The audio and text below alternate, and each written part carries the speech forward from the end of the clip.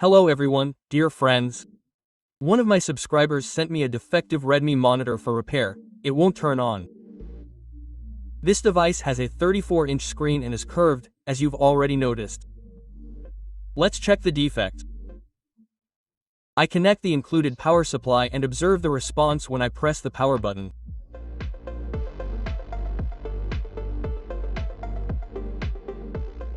The monitor doesn't turn on. There is power consumption from the mains, but it's very low. To immediately rule out a possible fault with the included power supply, I connect the monitor to a lab power source. The voltage is 24V. The current limit is 2.7A. When I connect the power cable, the current limit is triggered.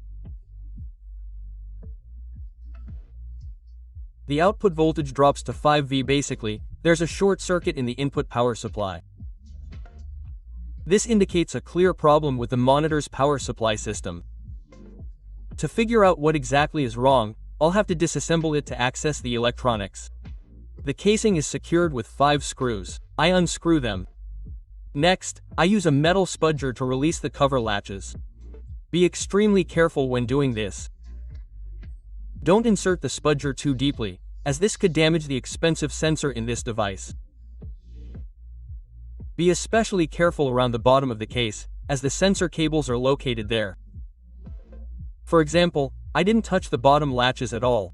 I pulled the cover out like this. There's a cable that goes to the backlight on the cover. It's also worth remembering. Well, the electronics are inaccessible for now. The board is located behind a metal casing. I unscrew the screws, peel off the metallized tape, and flip it over. The board is directly on it, to make sure the problem is with the board itself, and not, for example, the backlight or the control button board. I connect the power supply. The current rises to the upper limit, and the voltage drops to 5V. This indicates that the problem is definitely with the board. I unscrew the screws and remove it. The board's appearance is perfect. There are no obvious defects, such as flooding or burnout.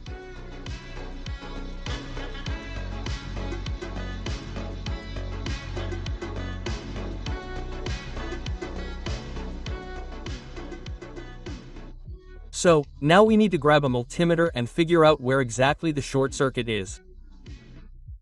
I finished my search by checking the input MOSFETs, since after them, the fault can be found in virtually any part of the board where the 24 volts input power is supplied. In this case, it's easier to use a thermal imager and see what exactly is heating up when the power is connected. I use an SCAL compact thermal imager. It clearly shows the heat sources on the board. Focus not on the area near the input MOSFETs, but on the rest of the board.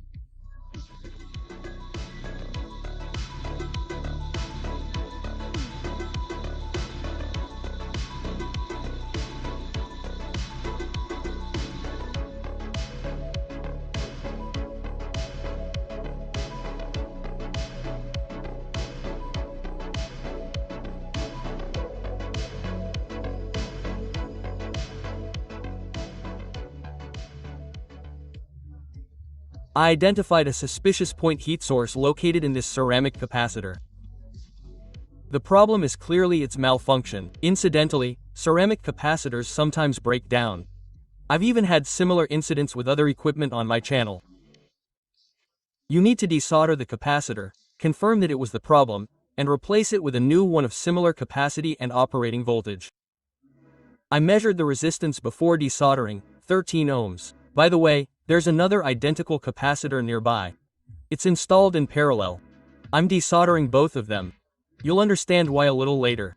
I'm using a soldering station with JBCC 210 soldering tips. I could have desoldered them with a hairdryer, but that would have meant shielding some nearby components from overheating. So, the capacitors are desoldered. I check to see if the low resistance has disappeared. Excellent. There's no longer any low resistance on the power line. The capacitor itself has failed. It needs to be replaced, but with what? How do I calculate the capacitor's value when I don't have a schematic? It's very simple. I need to measure the capacitance of the capacitor that was installed in parallel with the failed one.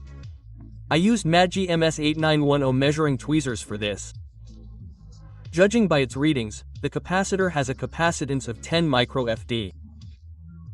The operating voltage, if logic is enabled, should be over 24 V. I ask what voltage the capacitors in this type of case, that is, in a 126 case, are rated for.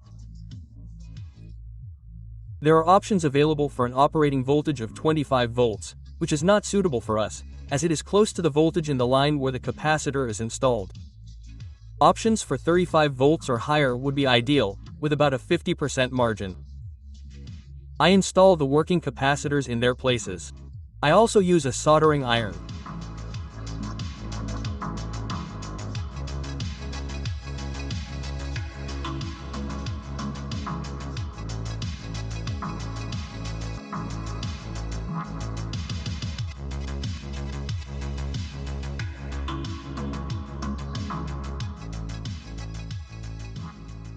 Next, I wash off the flux and check the soldering quality. I don't see any obvious defects, so I can continue testing by connecting the power supply. But before that, I check with a multimeter. So, there is no short circuit, I can connect the power supply. Good, the high current consumption has disappeared, meaning the main defect has been eliminated. I can reinstall the board, connect the cables and power supply.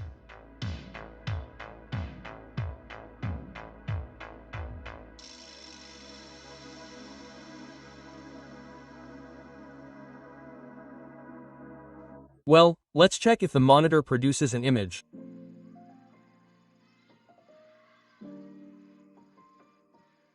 Excellent. There is an image. I can assemble the case and test the device. Monitors are very convenient for testing. You just need to submit the image and leave it like that for a few hours. No additional defects emerged during my testing, and that's how I completed my repair. Dear friends, that's all for today. Thank you all for your attention, and see you at other repairs. See you soon.